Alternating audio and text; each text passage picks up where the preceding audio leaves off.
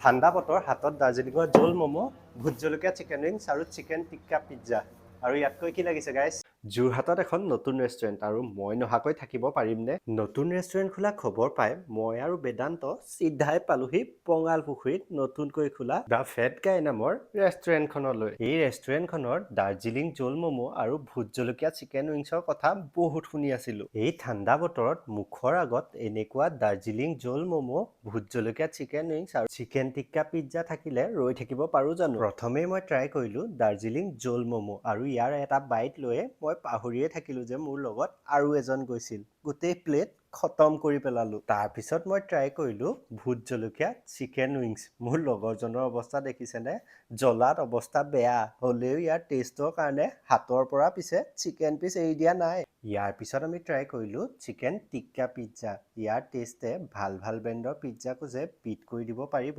সেইটো মই খাটাং ইয়াৰ পিছত আহি গ'ল আমাৰ মেইন কোৰ্চ নান চিকেন আৰু পনীৰ ইয়াৰ মেইন কোৰ্চো ষ্টাৰ্টাৰতকৈ যে কোনো গুণেই কম নহয় আপুনিও যদি যোৰহাটত এটা নতুন সোৱাদ ল'ব বিচাৰি আছে তেতিয়াহ'লে আজিয়ে আহক পঙাল পুখুৰীত থকা দ্য ফেট গাইলৈ